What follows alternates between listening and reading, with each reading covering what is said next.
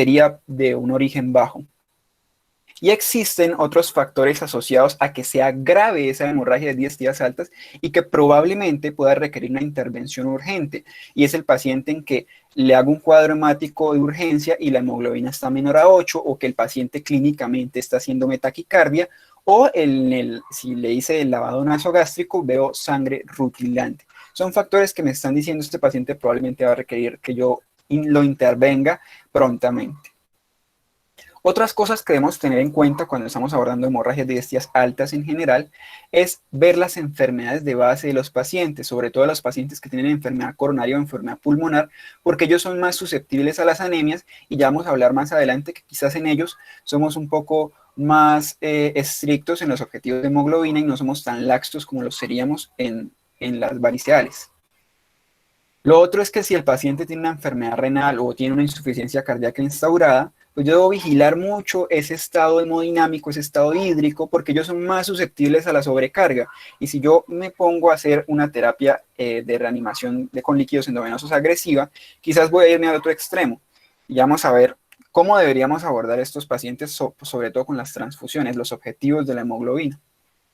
Otros son pacientes que tengan una disfunción hepática significativa, sobre todo si estamos hablando de origen variceal, es una consideración importante, o la trombocitopenia o las coagulopatías, porque probablemente ese paciente va a tener hemorragias más difíciles de controlar y puede que yo necesite crioprecipitados o plasma fresco o incluso plaquetas dependiendo de la indicación. No significa que yo tener trombocitopenia y una hemorragia de 10 días altas tenga entonces que transfundirle plaquetas. Ya vamos a ver que hay un objetivo de plaquetas para yo decidir que voy a transfundir, pero sí vamos a tenerlo muy en cuenta porque puede que lo lleguemos a necesitar en cierto punto, ya que la hemorragia puede ser más difícil de controlar en estos pacientes. Y finalmente, el paciente que tiene demencia o que tiene una encefalopatía hepática asociada, debo considerar si es necesario yo hacerle una intubación orogástrica para tratar, o orotraqueal, perdón, para tratar de salvaguardar esa vía aérea y evitar que se predisponga a una broncoaspiración.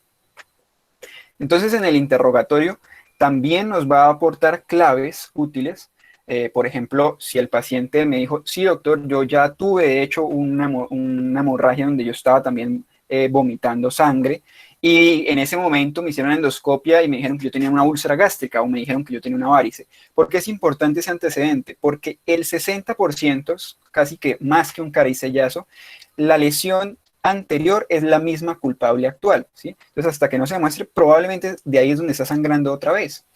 Lo otro, si el paciente tiene una enfermedad hepática o tiene un abuso de alcohol, pues yo debo sospechar que puede ser una varice o una gastropatía hipertensiva portal.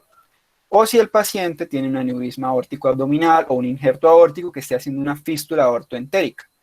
Y el paciente que está teniendo la triada de estenosis aórtica, tiene enfermedad renal, y aparte él le dice que ha tenido telangiectasias hemorrágicas desde toda su vida, pues yo pienso que de pronto ese paciente pueda tener una angiodisplasia. Y digamos que hay un grupo, que es el paciente que tiene infección por Helicobacter pylori, que tiene tabaquismo. Esos dos grupos de pacientes, yo puedo pensar tanto en enfermedad ulcerosa péptica como en malignidad. Y aparte, si toma AINES o toma algún antitrombótico o algún anticoagulante, también puedo pensar en que sea una enfermedad ulcerosa péptica que el AINE o el antitrombótico, que esté siendo la causa. Y un poco más raro, de pronto anastomoses gastroentéricas, pero sería un antecedente importante que nos daría el paciente para yo pensar que sean úlceras marginales. Los medicamentos, aquí se vuelve fundamental, los antiplaquetarios, anticoagulantes, los AINES en general. Claro, hay COX que son más predisponentes a generar más sangrados, pero ambos COX-1 y COX-2 pueden hacerlo. Entonces no es porque tienen meloxicam, entonces este paciente no debería sangrar porque tiene esta línea, no está tomando esa aspirina, está tomando este otro. No, los dos pueden llegar a un punto en que convergen en las vías comunes y terminar predisponiendo a sangrados. Entonces ambos inhibidores de COX son importantes de definir. Otras son esofagitis por píldoras, inhibidores de la recaptación de serotonina, bloqueadores de canales de calcio o antagonistas de la aldosterona, porque se ha visto que de pronto ellos están asociados un poquito a la hemorragia gastrointestinal. No es tan frecuente que sean los causantes, pero de pronto sí perpetuantes, y hay que tenerlo en cuenta. O si el paciente está tomando bismuto, carbón, regaliz o hierro, pues eso me puede alterar la clínica y yo malinterpretar quizás un hallazgo al examen físico. Para ir digamos, entrando en materia con la charla, traje un caso que tuve en el hospital universitario, entonces es un caso literal de la vida real. Es una paciente femenina de 72 años que consultó porque hace 2 horas ella empieza a tener vómitos o emesis en cuncho de café y ella dice que tiene deposiciones melénicas, lo refirió como que estaba puposeando negro. Asimismo, tenía astenia, anemia y dolor abdominal epigástrico. Eso fue lo que nos refirió como entre el motivo de consulta a la enfermedad actual. Los antecedentes de ella eran una paciente hipertensa que ya había sido diagnosticada con úlceras gástricas Forre-3, que tenía una hepatopatía crónica de base que no tenía un origen claro, se le habían hecho estudios en su momento y no encontraron una causa, probablemente alcohólica, ya que tomaba alcohol en su juventud hasta la embriaguez, sin embargo lo refería solamente una vez por semana, que ya había generado hipertensión portal, que sin embargo era un Child-Pugh clase A, ¿sí? Que en los posts de cirrosis que se habían publicado previamente, pues lo referían en Child-Pugh clase A, B y C, siendo C el mayor grado de disfunción hepática. Y ya tenía un diagnóstico de una varices grado 3 que habían sido clampeadas en marzo en el 2020. Ella venía tomando propanolol 40 miligramos cada 12 horas, losartán 50 miligramos cada 12 horas y omeprazol 20 miligramos día.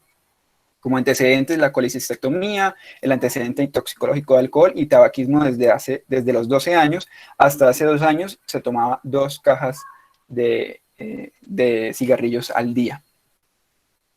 Cuando realizamos el examen físico nos encontramos que la tensión está en 80 sistólica y 50 la diastólica, la cardíaca está en 88, la respiratoria está en 20, no está febril, está saturando pues adecuadamente y el Glasgow no tiene ninguna normalidad aparente. Y hallazgos positivos tenían unas escleras levemente ictéricas, una palidez mucocutánea y conjuntival y estigmas de sangrado en la cavidad oral. Asimismo, a nivel abdominal, el dolor abdominal epigástrico que ella refería sí lo sentía, pero no habían signos de irritación peritoneal y tenía una citis grado 2. Y sí se evaluó al examen físico el tacto rectal y tenía melenas al examen físico, que de hecho no hubo necesidad tanto de entrar, porque se veían, se exteriorizaban. Se tomó un cuadro hemático de urgencia, claro que se fue haciendo el procedimiento antes de que salieran los resultados del cuadro hemático, pero arrojaban una hemoglobina de 6,5, estaba quizás en el borde de la morfología del volumen corpuscular medio, en algunos libros incluso podría ser macrocítico, con un ancho de distribución eritrocitaria normal, sin leucocitosis, con una trombocitopenia leve de 110.000, probablemente pues ya había sido referida en su historia, que era causa de la hepatopatía crónica. Entonces, hasta este punto, yo quisiera un poco la intervención del auditorio. No puedo ver muy bien los comentarios, pero digamos que pueden ir respondiendo ahí en los mismos comentarios de Met. Voy a tratar de aquí de abrirlo en el otro dispositivo. Pero primero es, ¿tiene esta paciente una hemorragia de 10 días altas o consideran que es baja? Y lo otro es, ¿consideran que pueda ser de causa variceal?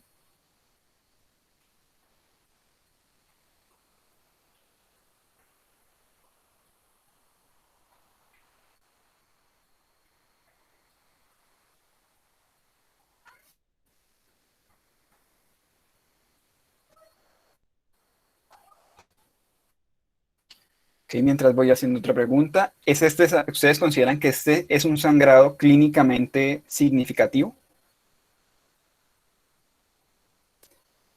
Y adicional, que se puede ir respondiendo cualquiera de las tres, la que consideren que recuerdan, ¿cuáles son las medidas iniciales de tratamiento en estos tipos de pacientes y si tiene un criterio para transfundir?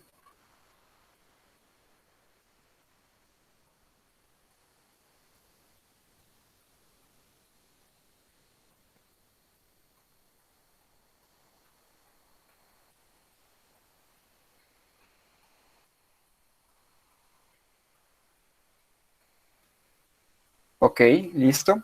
Bueno, entonces vamos a ir resolviéndolas. Entonces hay varias respuestas, ahora sí las estoy pudiendo ver.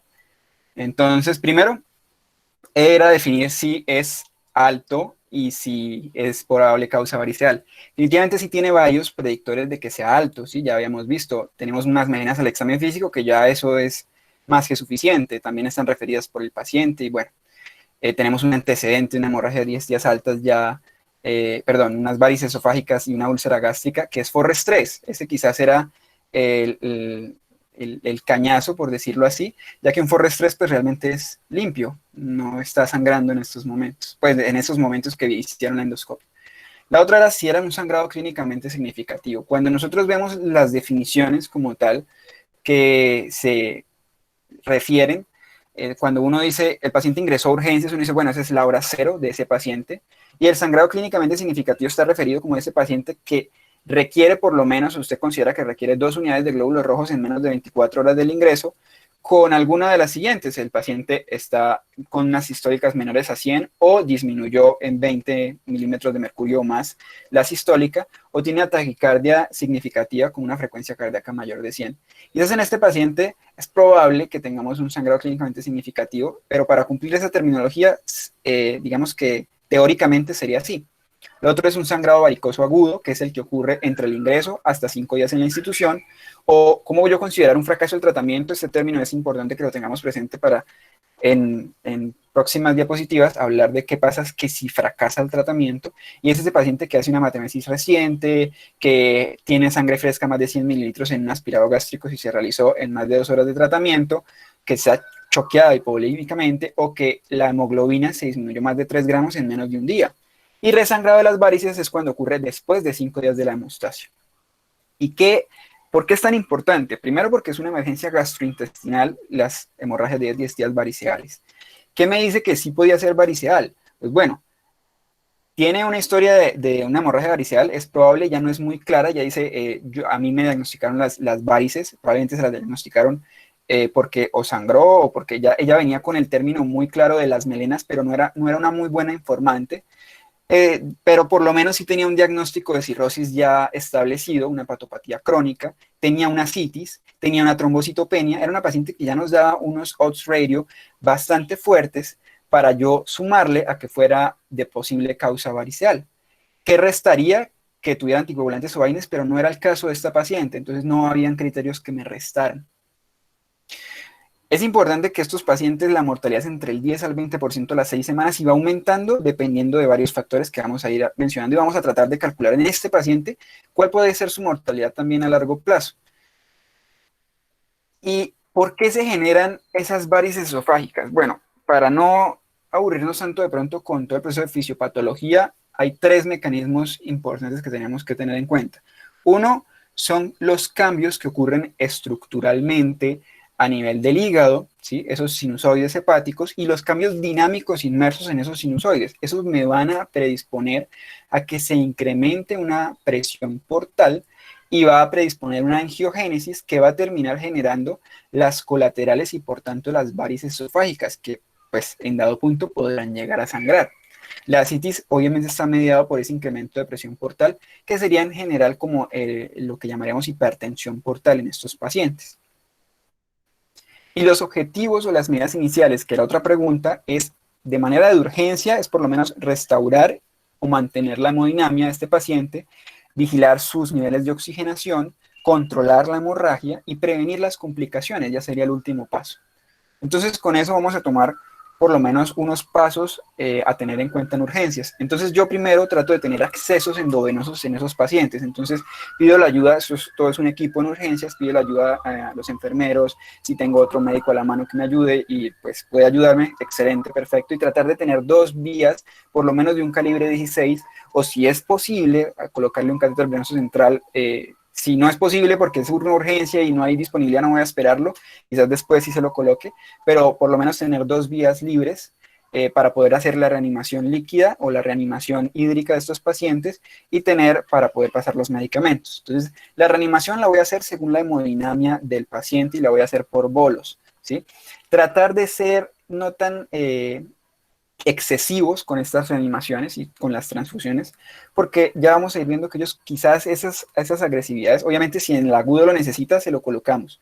Después miraremos cómo solucionar, pero eso puede aumentar también la hipertensión portal y hacer que sangren más. Entonces hay que tener en cuenta eso. Otro es que no le vamos a dar nada vía oral al paciente. Así, no, que está sangrando poquito, entonces no le vamos a dar ni siquiera agua. Por eso los medicamentos se colocan endovenosos, ¿sí? Por varias razones. Uno, nosotros no sabemos la causa exacta. Puede que sea una varice, listo, está bien. Pero el hecho de darle líquidos al paciente por la vía digestiva como tal, pues uno me sesga la cantidad de volemia que puede estar perdiendo el paciente si está teniendo hematemesis. Lo otro es que también estimula a nivel del ácido gástrico y eso va a evitar que la adhesión plaquetaria se dé adecuadamente por el pH y pues va a demorar un poco esa hemostasia. No es que, ya vamos a ver, no es que el omeprazol como tal me cierre la herida, pero sí disminuye, controla ese pH y permite que la adhesión plaquetaria se dé normalmente cuando tenemos una úlcera gástrica, por ejemplo. Y hasta no tener evidencia de cuál es la causa con una endoscopia, le vamos a instaurar el inhibidor de bomba de protones endovenoso mientras tenemos el diagnóstico. Vamos evaluando la oxigenación. Yo en este paciente necesitaré intubar porque el paciente tiene una alteración considerable de estado de conciencia, pienso que se va a broncoaspirar o está teniendo una hematemesis incontrolable que yo necesito de pronto proteger la vía aérea para facilitar una endoscopia. Si es así, bueno, considere la intubación. Quizás ese estado de conciencia en los pacientes con hepatopatía lo podemos medir con el West Haven, que son grado 3 y grado 4, los grados quizás más afectados. Y en los pacientes con una hematemesis en curso, nos serviría realmente es el procinético, que sería la eritromicina endovenosa. Esto es un macróleo, pero lo vamos a usar como procinético. Lo ideal es que se dé por lo menos una hora antes de yo hacerle la endoscopia y hacer la endoscopia en las primeras 12 horas, ¿sí? Esa es como la indicación. Que si hacer lavado gástrico por sonda nasogástrica previo a la endoscopia, realmente no hay una evidencia en que eso me prevenga los episodios de broncoaspiración. Entonces, sí me va a ayudar más bien la eritromicina para yo poder visualizar con la endoscopia colocarla una hora antes de realizarla. El otro punto eran las transfusiones. Entonces, normalmente nosotros nos enseñaron que hemoglobinas menores a 8 debíamos transfundir o si tenían clínica o cores anémicos. En estos pacientes, el objetivo de la hemoglobina es menor a 7, iniciarlo menor a 7. ¿Y por qué? Principalmente porque la volemia, llámese con líquidos, llámese con transfusiones, puede aumentar la hipertensión portal y hacer un rebote por sobrecarga y terminar predisponiendo a que sangre más esos pacientes. Entonces en ellos somos un poco más, menos laxos, o más laxos, perdón, en considerar la hemoglobina y esperamos a que sea menor a 7. Claro, en esta paciente sí tiene total criterio para transfundir. En quienes podemos ir con objetivos un poco mayores, objetivos mayores a 9 gramos de hemoglobina. En los pacientes que tienen una arteriopatía coronaria inestable, ¿sí? O pacientes que están sangrando activamente en el momento en que yo tuve la hemoglobina, por ejemplo, en 8. ¿Por qué? Uno, porque la arteriopatía coronaria inestable es más susceptible a la anemia, ya lo decíamos al principio, y pues la idea es evitar un síndrome de bajo gasto. Y lo otro es porque en la hemorragia activa, los niveles de hemoglobina están falseados. O sea, ustedes le pudieron salir en 8, pero el paciente está sangrando activamente, entonces probablemente esa hemoglobina es más baja de lo que le está mostrando el laboratorio. Entonces, por eso en esos pacientes tenemos un objetivo un poco más alto. Y si yo ya coloqué más de 6 unidades de glóbulos rojos en un paciente en menos de 3 horas, el citrato, como se puede unir al calcio ionizado, puede llegar a disminuirse. Entonces, en estos pacientes, pues es importante vigilar este ion y corregirlo si es necesario. ¿Listo? Lo otro era el punto con las plaquetas. Realmente en los pacientes para transfundirles plaquetas, sobre todo en estos pacientes que yo trato de no colocarle tanto volumen, la transfusión está indicada solo si el paciente tiene menor a 50.000 plaquetas y está sangrando, o si cae el recuento a partir de las unidades de glóbulos rojos. Si yo estoy colocando más de 8 unidades, debo ir vigilando mucho las plaquetas porque puede hacer un efecto dilucional. E imagínense en que las plaquetas se están agarrando con las manos para tratar de ayudar a hacer hemostasia. Si yo le coloco volumen y volumen y volumen, estoy generando mucha agua, por decirlo así, entre las mismas plaquetas, y eso va a hacer que se separen y la hemostasia no va a ser la mejor. Entonces, en esos pacientes debo siempre vigilar las plaquetas. Y los prohemostásicos, como el ácido tranexámico, en este contexto realmente su uso es incierto, no hay una evidencia sólida y sí me puede aumentar el riesgo de mayor presión portal, mayor necesidades de transfusión y la misma transfusión aumentarme la presión portal, mayor riesgo de trombosis venosa portal o de TEP, Entonces, en estos pacientes no hay una indicación de colocar el ácido tranexámico. Ahora, otra pregunta que me gustaría que participaran también. ¿Ustedes iniciarían en este paciente manejo antibiótico profiláctico? ¿Quiénes están a favor y en contra? Ok.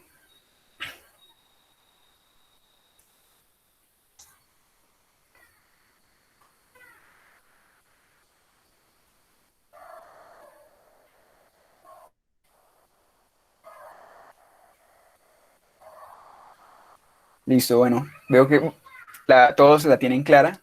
Efectivamente, el paciente no tiene criterios de una infección probable. De pronto, si nos vamos al estudio de la peritonitis, entraríamos en otro tema que no es el objetivo, pero existe un metaanálisis que se hizo en el 2011 y fue actualizado después por Cochrane y también nos refieren que la profilaxis antibiótica, preferiblemente desde el inicio, antes de la endoscopia de digestivas altas, con un antibiótico amplio espectro como la ceftriaxona, 1 gramo día por 7 días, va a ayudarme muchísimo. Y es que este estudio mostró que impactan estos 3 puntos que vemos acá. Reduce mortalidad, reduce infecciones bacterianas y reduce el resangrado. Prácticamente que se vuelve un pecado yo no colocarle ceftriaxona a estos pacientes. ¿Sí? Esta es la recomendación ideal, pero si el paciente usted le va a dar alta, puede cambiarlo a ciprofloxacina hasta que cumpla los 7 días. Pero prácticamente que va a ayudarle tanto en la mortalidad, en prevenir la infección de bacterias sin resangrado, que deberíamos colocarlo a todos los pacientes. ¿Listo? Ahora el punto. Si usted consideró que era de origen variceal, ¿usará vasoactivos en este paciente? Y lo otro es, ¿planea llevar algún procedimiento a la paciente? Quizás algunos ya han respondido una parte de estas preguntas antes, pero la idea es si yo voy a usar vasoactivos en este paciente y si yo lo voy a llevar a algún procedimiento.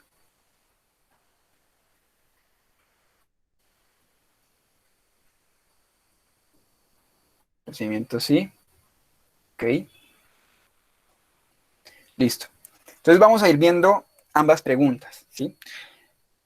Definitivamente consideramos que es variceal porque hasta no necesitamos confirmar que tenemos unas varices cuando tenemos unos likelihood ratios bastante altos. Si yo tengo la sospecha, trato al paciente como si tuviera varices esofágicas, así solo tenga el riesgo de tenerlas porque tiene cirrosis. Es que el paciente solo tiene cirrosis, no tiene antecedente de que ya tenga varices, nada, pero tiene cirrosis, listo, trátelo como si tuviera una varice.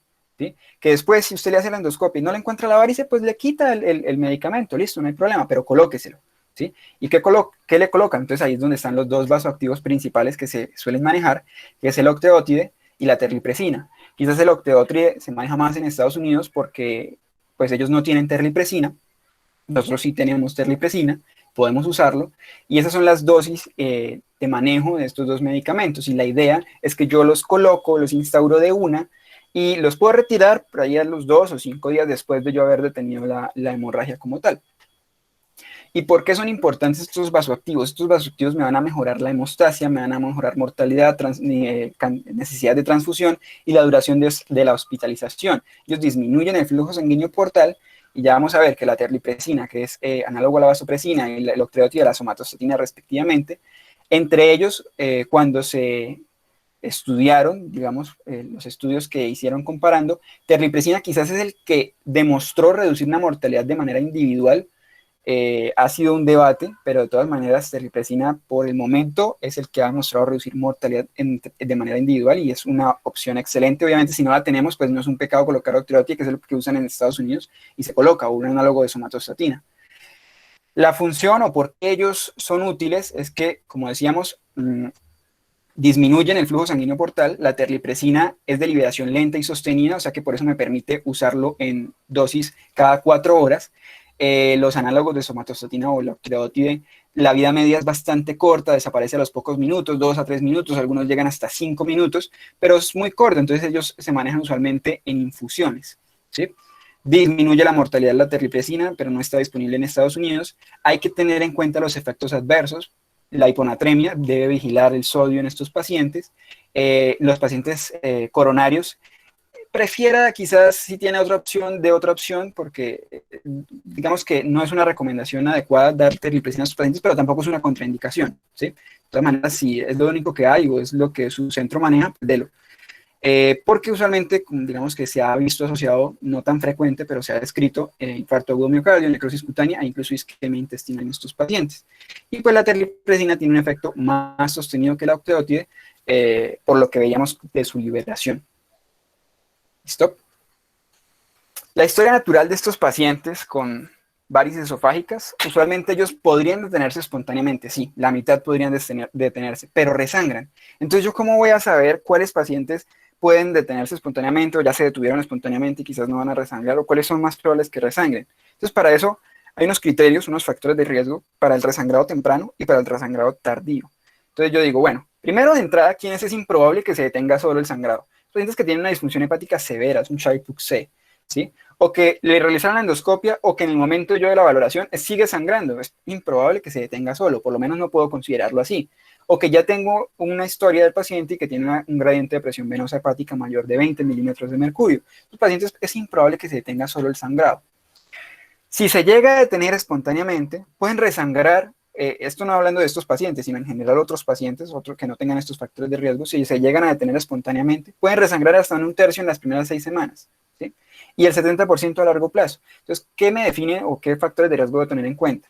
Para los factores de riesgo de resangrado temprano, ¿sí? Los pacientes añosos, mayores de 60 años, que la cirrosis es por causa alcohólica o que tienen un sangrado severo inicial, una trombocitopenia asociada o factores que si se dan cuenta son complicaciones de la misma hepatopatía, como la trombocitopenia, la encefalopatía, la ascitis, que son varices grandes, que yo le hice la endoscopia y veo puntos rojos o un coágulo de plaquetas en la varice, que eso es lo que vamos a ver acá, que es lo que llaman algunos textos como la tetilla blanca, ¿sí? Y cuando uno se pone a leer sobre estos textos que hablan sobre la tetilla blanca, le dicen como, usted déjela quieta, ¿sí? Si usted es el endoscopista o el gastroenterólogo que la está viendo, no la mueva, porque este coágulo es bastante delicado y puede pasar si usted empieza a jugar con él o a tocarlo o tratar de mirar si está sangrando por ahí o no, puede zafarlo y terminar generando la hemorragia de nuevo. Entonces, esos coágulos de plaquetas o esos puntos o tetillas blancas, trátelas de dejar quietas. Pacientes con insuficiencia renal también están asociados con resangrados tempranos. Y resangrados tardíos, que si se dan cuenta el 70% hacen un resangrado tardío, pues los pacientes que tienen ya insuficiencia hepática grave, está con ascitis o tienen un hepatoma o siguen tomando, o que yo también vi puntos rojos en las varices. Entonces, en general, nos vamos porque los factores de riesgo para que sangren las varices es su tamaño, que tenga marcas rojas o que la pared de pronto se vea adelgazada o yo vea coágulos de plaquetas en ella, y la gravedad de la enfermedad hepática. Esos son como los factores macro que debemos tener en cuenta.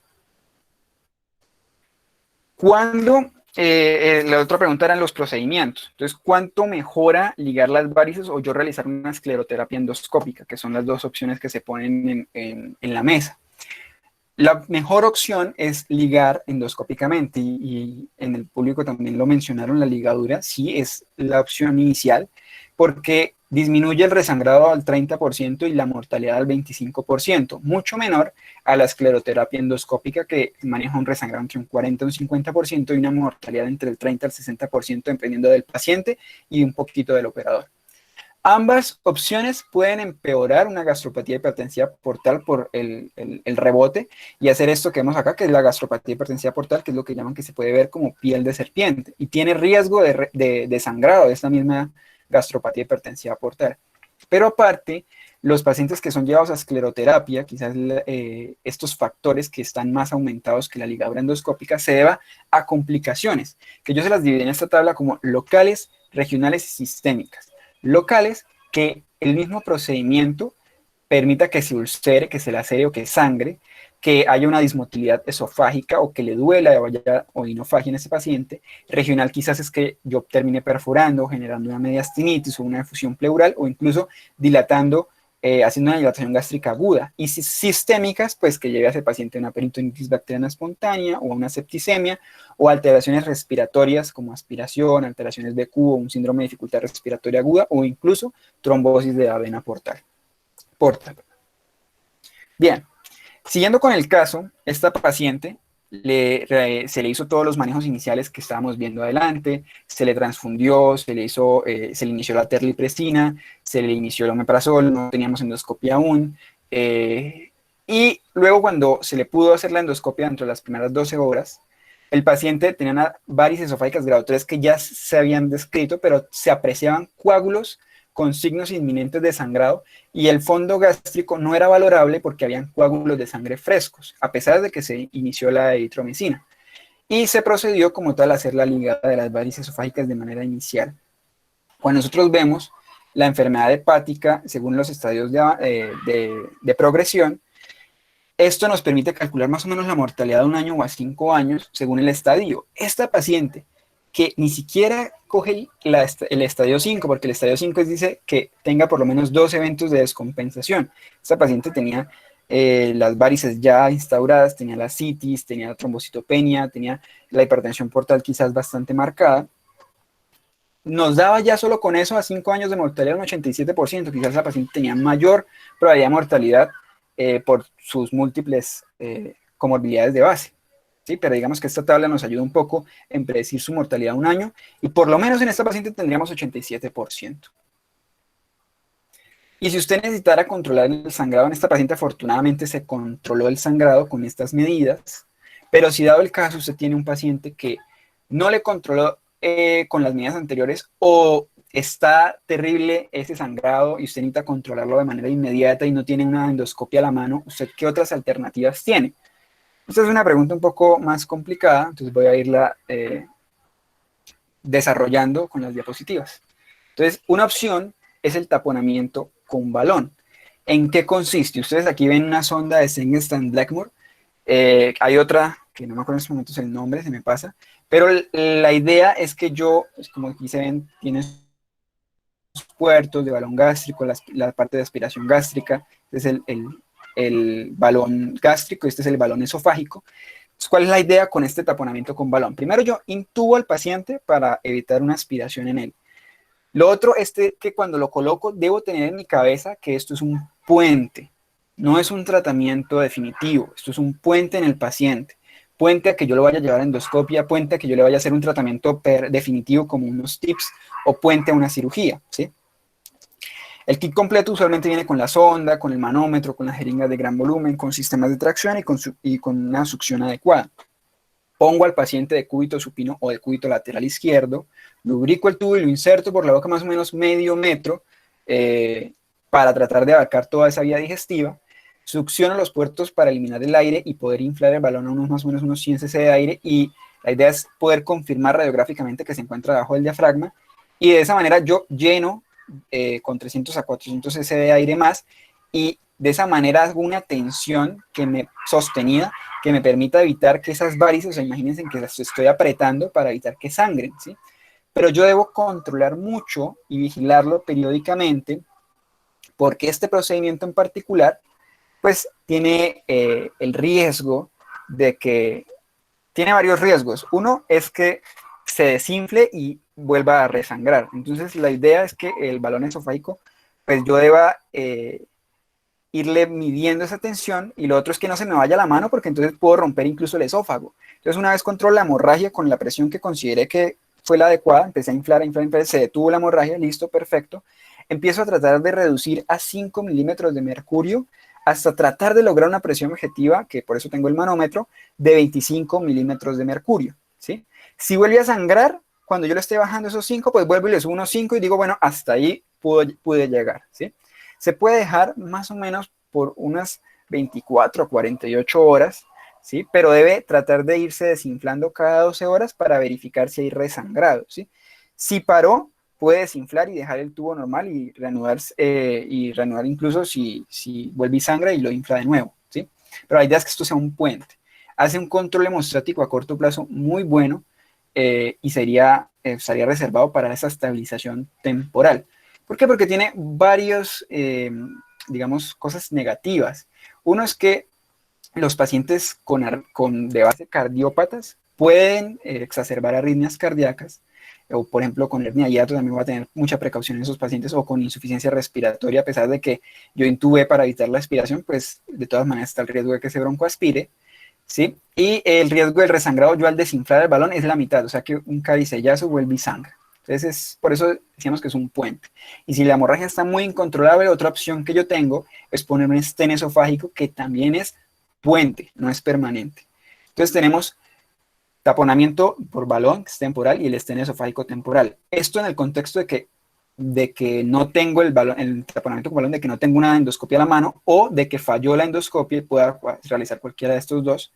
Y si definitivamente logré un puente con ellos, puedo llevarlos, si tiene criterios, ya vamos a ver, y si no tiene contraindicaciones, a los famosos TIPS, que es la derivación portosistémica intrahepática transyugular, que es muy bueno para controlar los sangrados. La tasa de éxito es de 90 al 100%, es fabulosa. ¿Cuál es el problema? El problema es que tiene las contraindicaciones tanto absolutas como relativas. Absolutas, que el paciente tenga insuficiencia cardíaca, que tenga enfermedad hepática poliquística, que tenga hipertensión pulmonar grave. La sepsis es relativa, uno se pone a buscar y quizás una sepsis activa es una contraindicación, pero una sepsis controlada, pues riesgo-beneficio, usted lo sopesa y probablemente pueda colocarlo, principalmente porque los estudios con TIPS los hicieron en pacientes con sepsis también. Entonces, por eso es que es una contraindicación que se considera un poco relativa según cómo se lea y según en dónde se lea. Y la regurgitación tricuspidia grave también es una contraindicación absoluta. Relativa, que tenga un carcinoma hepatocelular, quizás el mayor riesgo es que sea central, una trombosis venosa de la porta, una coagulopatía o una trombocitopenia grave que me sangre. Y no está exenta a complicarse. La mitad de los pacientes pueden hacer encefalopatía portosistémica, que es uno de los principales miedos o temores de yo colocar el TIPS. Por la misma técnica podría inducir arritmias o pasar la cápsula hepática, y otras, muy de malas el paciente, que preciso se le estenosó el TIPS cuando yo lo coloqué. Y la técnica pues es pasar con una catéter con aguja transyugular, como vemos aquí en la imagen, hacia la vena hepática, extruir la aguja y avanzar hasta la porta y desplegar este stent que se ve acá, y prácticamente me va a funcionar como una derivación porto-cava. Y eso va a disminuir las presiones portales. Bien. Hasta aquí tenemos prácticamente la mayoría de todo el manejo que yo debería hacerle a una hemorragia de diástasis altas variceal, la parte aguda, qué pasa si falla, qué pasa si no tengo la endoscopia a la mano, qué hacer antes de la endoscopia. Ya lo que queda es prácticamente dar un resumen del manejo, yo qué hacer en estos pacientes. Entonces el manejo inicial es estabilizarlo hemodinámicamente, la estrategia de transfusión es restrictiva, ya dijimos cómo, profilaxis antibiótica en todo paciente con cirrosis, ¿sí? Inicio el agente vasoactivo si yo tengo una sospecha, si sea mínima, de que pueda tener varices, porque tiene cirrosis, listo, póngale el vasoactivo. Si usted le hace la endoscopia y no hay, pues se lo quita, listo, no hay problema, ¿sí? Lo otro es la endoscopia en las primeras 12 horas, una hora antes preferiblemente la eritromicina como procinético. Y entonces ahí yo hice la endoscopia y digo, bueno, las varices esofágicas las confirmé. No, no las confirmé, no habían. Ah, bueno, entonces manejo según la causa que yo sospeche. Listo. Sí, sí tenía varices esofágicas. Bueno, hago la ligadura de varices esofágicas. ¿Se controló el sangrado? Es la segunda pregunta que yo debo hacer. Entonces, yo lo ligué, aparentemente lo controlé, pero resangró. Bueno, ¿el resangrado fue leve o fue severo? Realmente, si uno se pone a leer, el criterio es que si resangra, debería hacerse tips de rescate. Pero hay otros textos que dicen, bueno, pero si el sangrado es leve, o sea, ¿por qué no repetirle la endoscopia y tratar de terminar de ligarle lo que faltó? Probablemente esa pueda ser una opción que no es tan descabellada. Si el sangrado pues es muy severo y no tiene contraindicaciones de TIP, pues bueno, listo, hacer los tips de rescate. Si controló el sangrado de manera adecuada, ese paciente tiene alto riesgo de que falle en algún punto o de que resangre. ¿Cuáles son esos pacientes? Dos pacientes principalmente.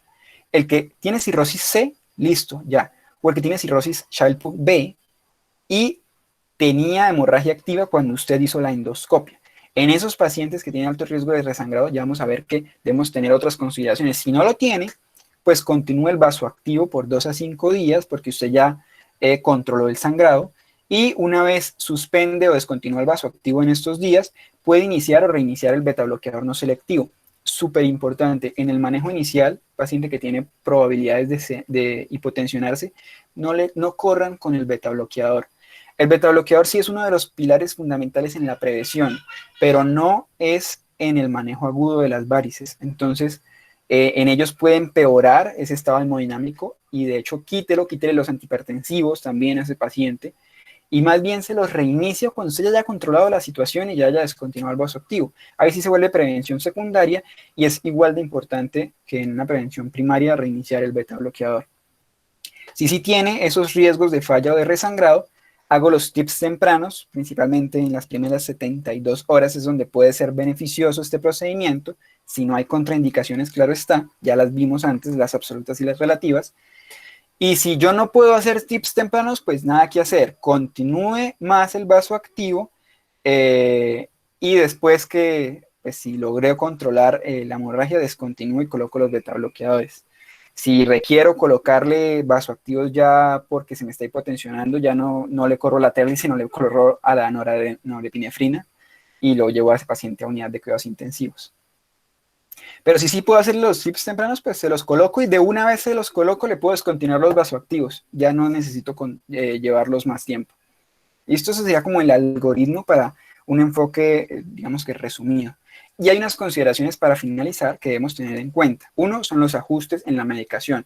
Ajuste la medicación que trae ambulatoriamente según la gravedad del sangrado, el estado hemodinámico del paciente. No es que el paciente venía con los sartán, como el caso, 50 miligramos cada 12 y propanol 40 miligramos cada 12, pero salió con unas tensiones limítrofes de 90, no, pues no se las voy a dejar en ambulatorio porque pues ya está hipotenso o es riesgo de hipotensionarse.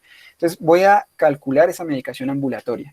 Debo siempre no excluir los otros órganos que pueden lesionarse por esas hipoperfusiones. Debo vigilar riñón, debo vigilar cerebro, debo considerar esa presencia o la gravedad de enfermedad cardiovascular subyacente en esos pacientes. ¿Listo? Lo otro son los electrolitos y las vitaminas. En el paciente que consumía alcohol, que era una cirrosis de probable causa alcohólica, administro tiamina antes o junto con una infusión de glucosa para prevenir esa precipitación de una encefalopatía de Wernicke, ¿sí? Y no solo voy a tener en cuenta la tiamina, sino que también voy a estar vigilando lo que es el fósforo, el magnesio, el potasio y el sodio. Primero porque el sodio se puede disminuir con la terlipresina, ya habíamos dicho. Y segundo, porque la infusión de destroza, que si la coloqué con la tiamina, pues puede conducir a que el potasio y el fósforo se adentren dentro de la célula, pues valga la redundancia, y se van a ver disminuidos en sangre, entonces va a tener una hipofosfatemia y una hipocalemia, ¿sí? Entonces hay que estarlos vigilando y corregirlos si es necesario. El soporte nutricional, bueno, ese paciente yo lo dejé sin nada vía oral desde el inicio. ¿Cuándo le va a reiniciar la nutrición enteral? Entonces yo espero más o menos de 2 a 3 días a que yo haya controlado la hemorragia aguda para poder colocarle una nutrición, independiente de que sea por vía oral y el paciente pueda comer o por sonda nasogástrica, ¿sí? ¿Por qué no lo hago antes? Porque es que la nutrición enteral aumenta ese flujo sanguíneo esplácnico que me va a terminar aumentando la presión portal y aumentando, por tanto, el riesgo de resangrado en esos pacientes. Entonces me espero un poquito y más bien le coloco con la infusión de destroza, pues voy manteniendo a ese paciente. Estudios adicionales. Debo excluir, después de yo hacer una reanimación adecuada y una endoscopia, que no tenga una trombosis de la vena porta, entonces puedo hacer una ecografía Doppler para excluir trombosis portal. Y lo otro es la prevención secundaria. Entonces, bueno, ahora sí viene la combinación del beta bloqueador con las ligaduras de varices esofágicas. Yo hago más o menos esa protección posterior a 48 horas del evento inicial del sangrado, ¿sí?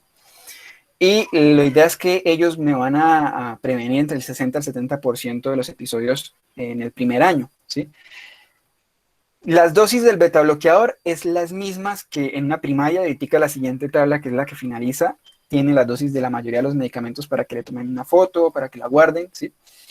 Y que si carvedilol, propanolol, atenolol, bueno, carvedilol es un excelente beta bloqueador que tiene incluso funciones alfa, y es muy bueno para la prevención primaria, pero no hay estudios sólidos para prevención secundaria. Entonces, no está muy cierto que nosotros coloquemos el carvedilol como tal, porque pueda tener algún efecto adverso, sobre todo cuando yo ya ligué con las varices esofágicas. Entonces, en estos casos, pues puedo colocar mejor propanolol e ir titulando según las necesidades. Y yo puse entre paréntesis la estatina. ¿Por qué la puse en la estatina? Porque hay unos estudios como del 2016 más o menos que ya han empezado a mostrar algo de frutos, y es que las estatinas pueden tener algunos efectos pleiotrópicos que mejoran la disfunción endotelial que ya estaba de base también vinculada en el proceso de fisiopatogenia, y pueden terminar ayudándome en la prevención de sangrados de estos pacientes, quizás no en la supervivencia, pero pues algo pueden ayudar,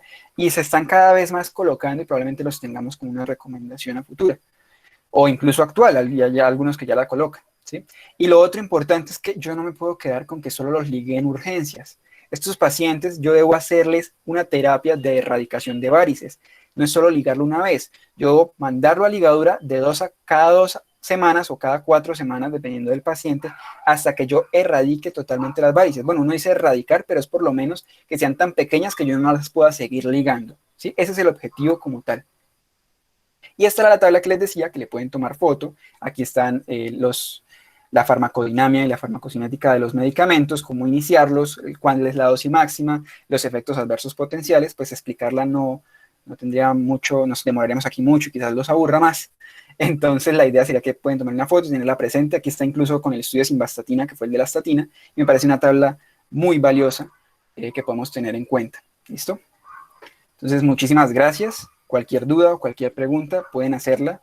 Y muchísimas gracias al doctor también, al doctor Miguel Cadena, que fue el tutor que estuvo pendiente de la presentación, y pues le doy la palabra también si quiere hacer algunos comentarios.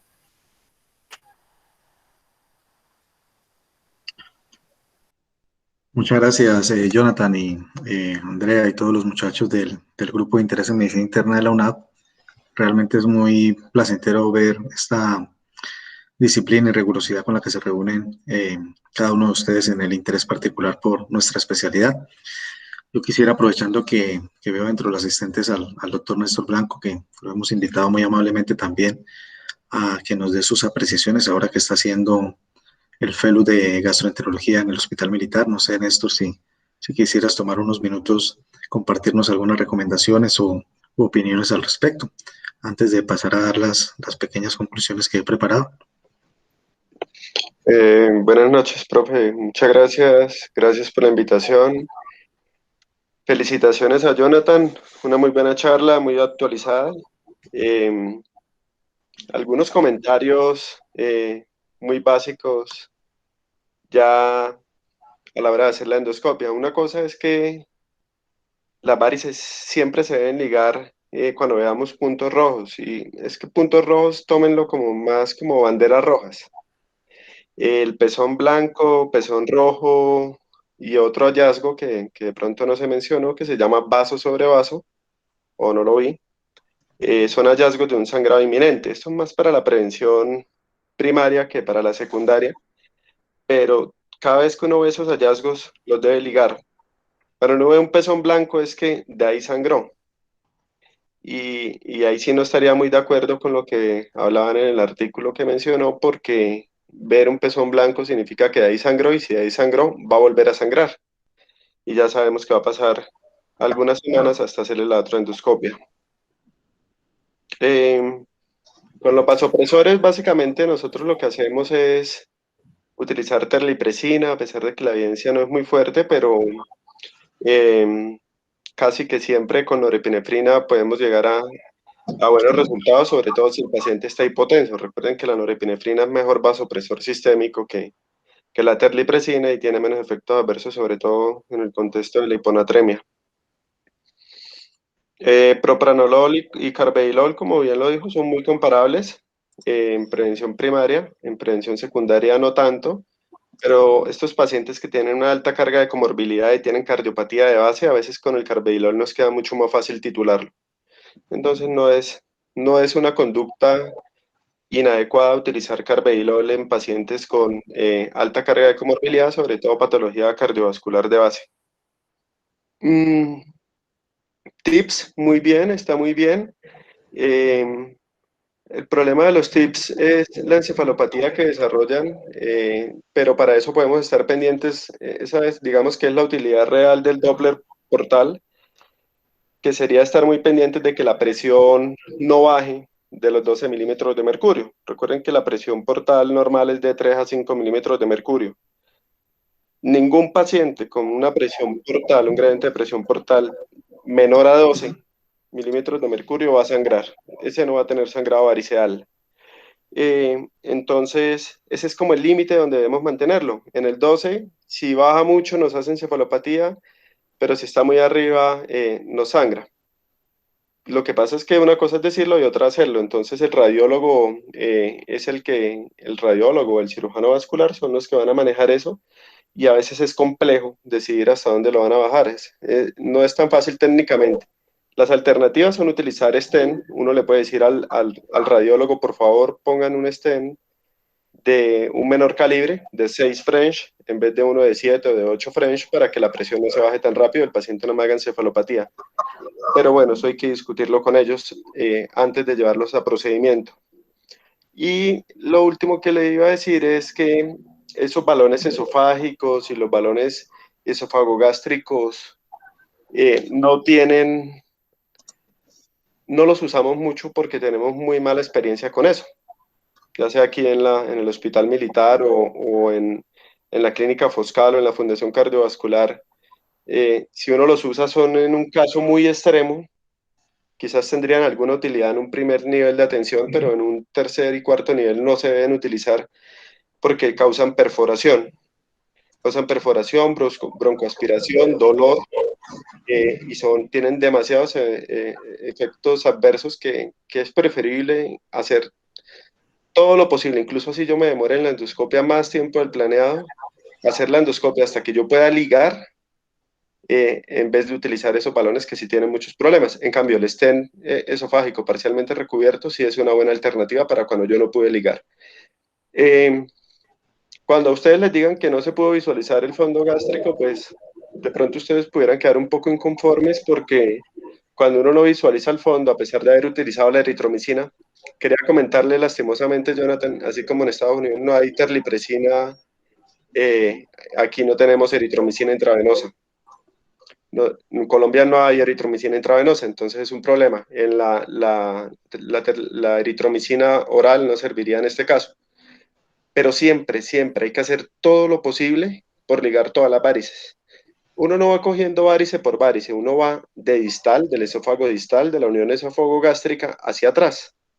Y ahí uno las liga, y apenas uno liga la varice que esté más grande o la varice que esté sangrando activamente o que tenga signos rojos, ¿sí? Los que ya les acabo de mencionar, las otras se colapsan, entonces desaparecen.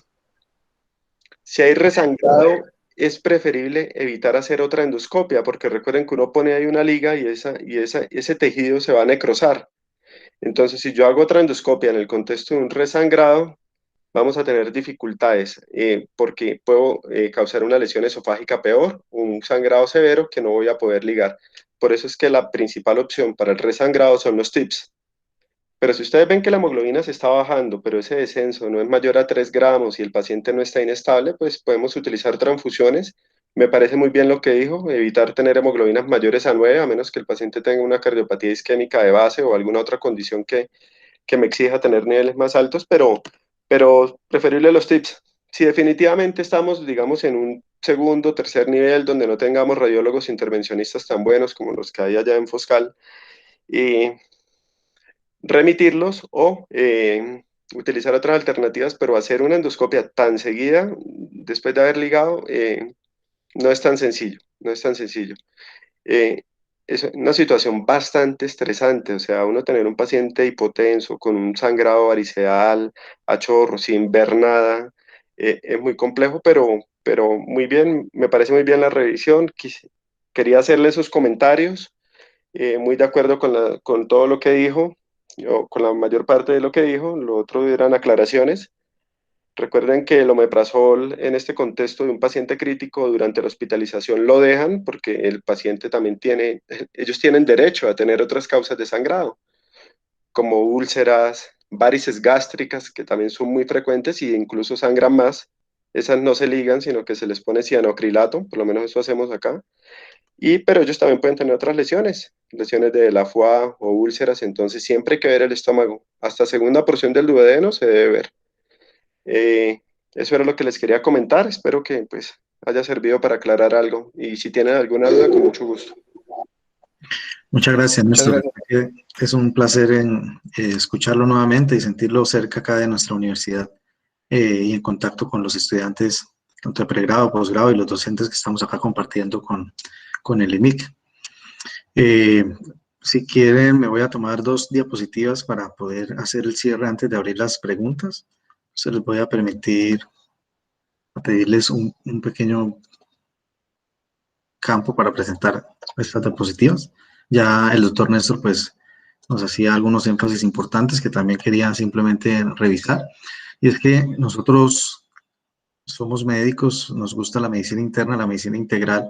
Quería simplemente a manera de conclusión resaltar estos tres escenarios, o estos tres momentos más bien del manejo de los pacientes con hemorragia de vía digestiva alta, en este caso variceal. Y la primera es esa fase importante del tratamiento de emergencia o de urgencia, que corresponde a la estabilización, ya lo que definía Jonathan en cuanto a la definición de un sangrado que amenaza la vida, la necesidad de requerimiento transfusional, los aspectos de terapia endoscópica que muy bien nos profundizaba el doctor Néstor Blanco, y el tema del tratamiento específico en cuanto a el vasoactivo o la necesidad de que a través de los análogos de somatostatina logremos ayudar a la resolución o al control del sangrado. Pero también no olvidar que el paciente con hemorragia variceal, que usualmente es un paciente cirrótico, probablemente va a tener una estancia que no va a ser inferior usualmente a 5 días o menos si ha habido una resolución más exitosa, y que por tanto es tarea nuestra estar pendiente de las complicaciones agudas de la cirrosis. De hecho, algunas de las terapéuticas que se emplean van encaminadas a disminuir la probabilidad de complicaciones. La más frecuente y la que más tenemos que hacer énfasis, la peritonitis bacteriana espontánea, ¿cierto? Pero también el paciente cirrótico agudamente enfermo, recordemos que puede hacer síndrome hepatorenal, puede hacer encefalopatía hepática. Entonces, dentro de la evolución de estos tipos de pacientes, tenemos que hacer la vigilancia clínica, el control de líquidos del gasto urinario, del balance y del estado hemodinámico. Y por último, en cuanto al egreso, las estrategias de prevención secundaria. Recuerden que más o menos las primeras 6 semanas estos pacientes van a tener alta tasa de resangrado. Hay algunos predictores de resangrado que ya se mencionaron, ahora los voy a recalcar, pero en general no olvidar que usualmente estos pacientes van a necesitar un seguimiento estrecho, cercano, para documentar la adherencia al beta bloqueador y estar atentos al cumplimiento de los protocolos o de los programas de las ligaduras contempladas en la prevención secundaria. Entonces, ojo con aquellos pacientes con alcoholismo activo, que no solamente van a tener un alto riesgo de resangrado, sino que durante la estancia también nos pueden hacer cuadros como las abstinencias alcohólicas y requieren de una prevención adecuada. Y los otros pues tienen que ver esos predictores de aquellos pacientes con sangrado inicial grave que requirieron soporte transfusional porque tenían hemoglobinas menores a 7 o menores a 8, los pacientes con varices esofágicas de un gran tamaño o pacientes que tenían, como lo decía el doctor Néstor, un gradiente en la vena porta, sobre todo alto, como 20 milímetros de mercurio. Y por último, en esta pequeña manera de conclusión, es aspectos relevantes de la terapéutica. Es decir, yo tengo que estar atento a la vigilancia hemodinámica, a definir rápidamente e integrar el equipo de emergenciología, medicina interna y el contacto temprano con el gastro, pero debo empezar la medicación que es mandatoria en estos pacientes. Entonces ya lo mencionaba el doctor Néstor ahora, de que estos pacientes cirróticos no solamente van a tener varices esofágicas, sino pueden tener gastropatía hipertensiva, síndrome de Mallory-Weiss, otras causas adicionales. Por tanto, el IVP, ya sea en infusión continua o como lo estamos usando ahora, que es en bolos, es mandatorio en dosis de 40 miligramos cada 12 horas o en la infusión que tradicionalmente manejamos. La profilaxis antibiótica, la dosis de ceftriaxona, que está recomendada, que es 1 gramo al día por 7 días para la prevención de peritonitis bacteriana espontánea. El análogo de somatostatina o vasopresor, la terlipresina, usualmente 2 miligramos cada 4 horas. Se puede hacer un descenso hasta 1 miligramo y el periodo usual es de 2 a 5 días. Tiene una tasa de éxito más o menos del 70% como medicamento adyuvante a la terapia endoscópica. Esto lo resaltó muy bien Jonathan, y es generalmente si el paciente venía con beta bloqueador en prevención primaria, hace el sangrado variceal, el beta bloqueador se debe suspender porque por los cambios hemodinámicos hay una alta probabilidad de choque hipovolémico o inestabilidad hemodinámica. Y ya ambulatoriamente, cuando el paciente ha superado esa fase crítica, normalmente pues vamos a recomendar la prescripción del beta bloqueador, que puede ser 20 miligramos o 40 cada 12 horas de propranolol, vigilando siempre frecuencia cardíaca, que no se baje de 50, que no estemos ante la presencia de un bloqueo auriculoventricular de segundo grado o de tercer grado y que no haya signos de choque cardiogénico. Y el carvedilol a una dosis usualmente de 6.25 cada 12 horas, teniendo claridad de que no hay una diferencia clínicamente significativa entre estas dos intervenciones. Y pues les dejaba también lo que usamos generalmente para el tratamiento o la profilaxis de pacientes con peritonitis bacteriana espontánea, perdón, con encefalopatía hepática, que sería la lactulosa, o incluso si hubo el concurso de una encefalopatía hepática como complicación asociada a esta cirrosis descompensada, pues la dosis de rifaximina de 400 cada 8 horas. Pues bien, esto era básicamente lo que quería simplemente dejar a manera de conclusión. Ahora sí, pues, no sé, muchachos, queremos, si hay alguna pregunta, comentario, pues, con mucho gusto estaremos atentos en lo que podamos orientar.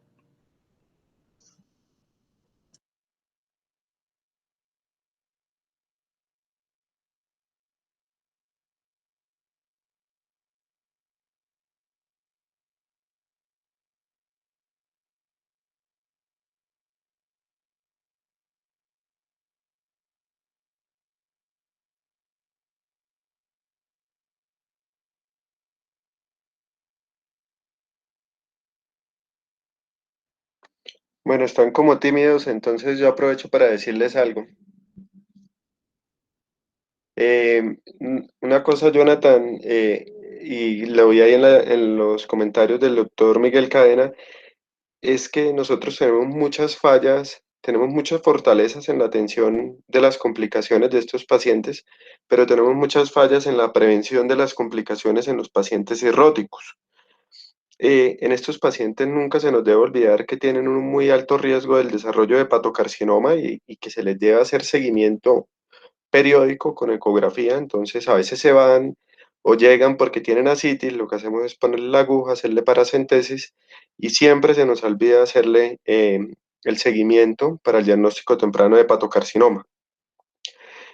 Lo otro también en los pacientes con varices, usted muy bien lo dijo, pero quería recalcarlo. Este paciente no es que le hagamos la ligadura de las varices.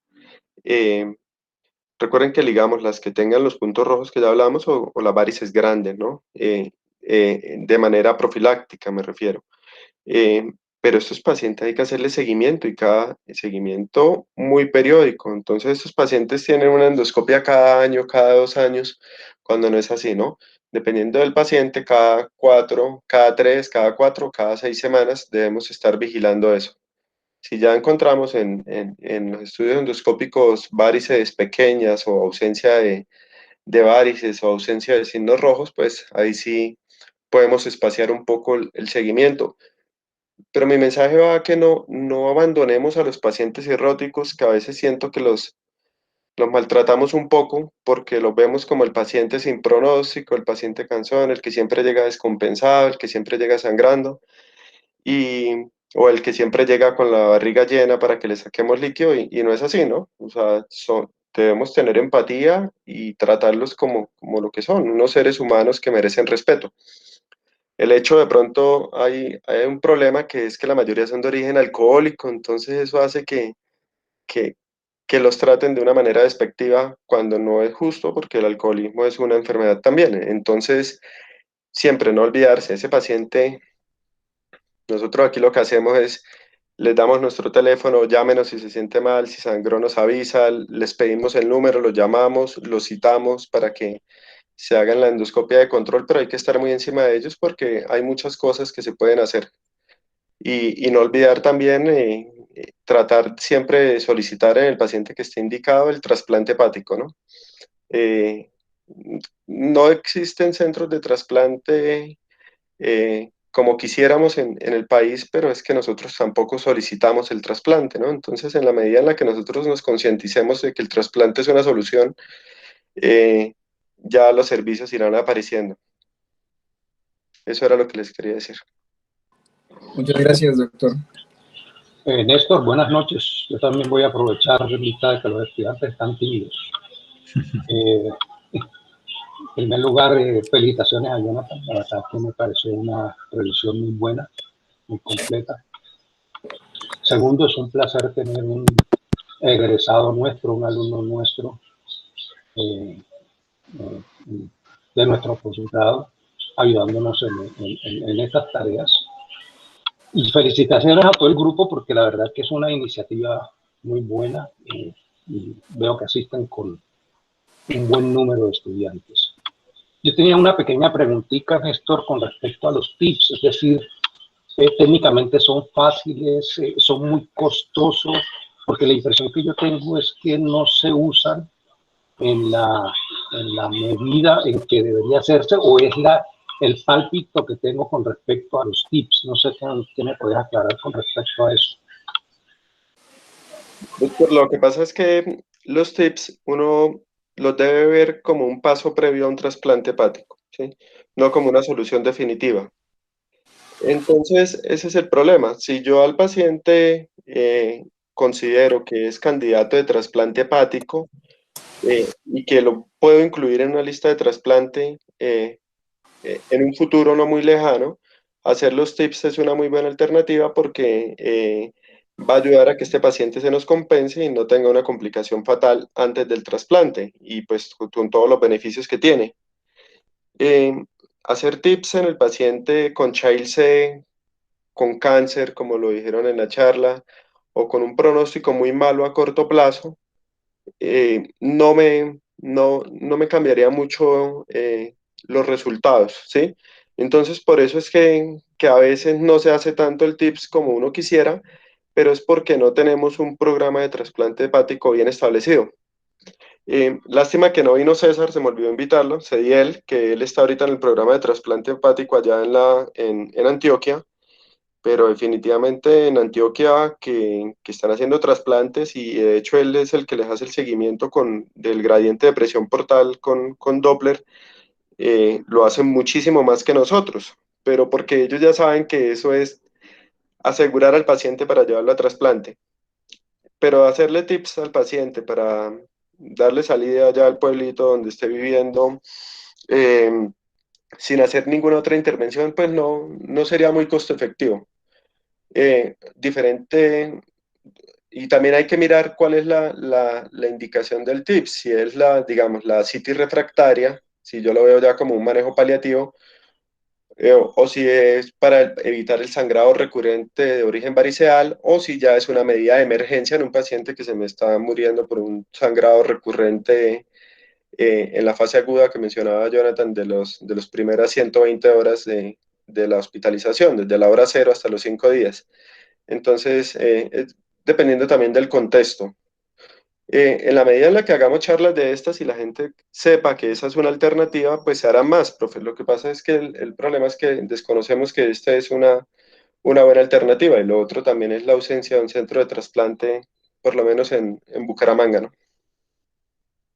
No sé si la Fundación Cardiovascular haga, pero Foscal no hacemos. Sí, está el centro de trasplante, pero ellos están más orientados hacia la cirugía patobiliar y páncreas, ¿no? Nosotros con el grupo de Foscal, con el doctor Oliverio particularmente, yo tuve hace un par de años la oportunidad de acompañar a una paciente, pero más con un hidrotórax, y fue un poco complejo porque no se hacen muchos tips. El doctor Oliverio en ese momento nos compartía que en 5 años habían hecho 4 o 5. Y realmente fue bastante complejo poder convencer al grupo de que la paciente era candidata, en ese caso por cuestiones adicionales al sangrado variceal. Hay que hacer un score de MEL, hay que tenerlos bien documentado el pronóstico. Usualmente MELs por encima de 12, de 14 no se consideran buenos candidatos. Y pues sí es necesario que se articule estos pacientes en centros de excelencia en hepatología, ¿no? Ustedes saben acá la dificultad en Bucaramanga de incluso la especialidad de hepatología que no está muy bien difundida, ¿no?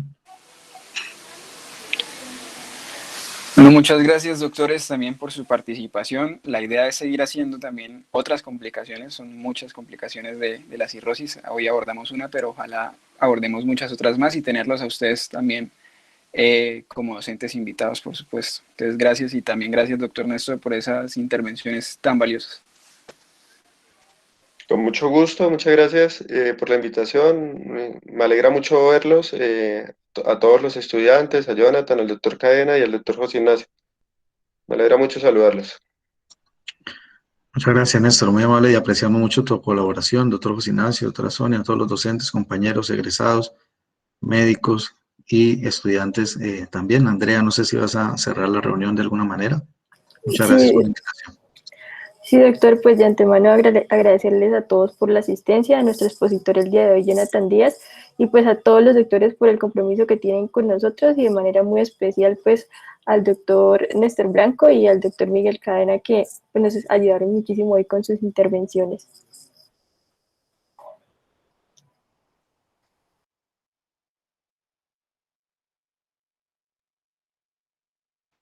Bueno, una feliz noche para todos. Muchas gracias.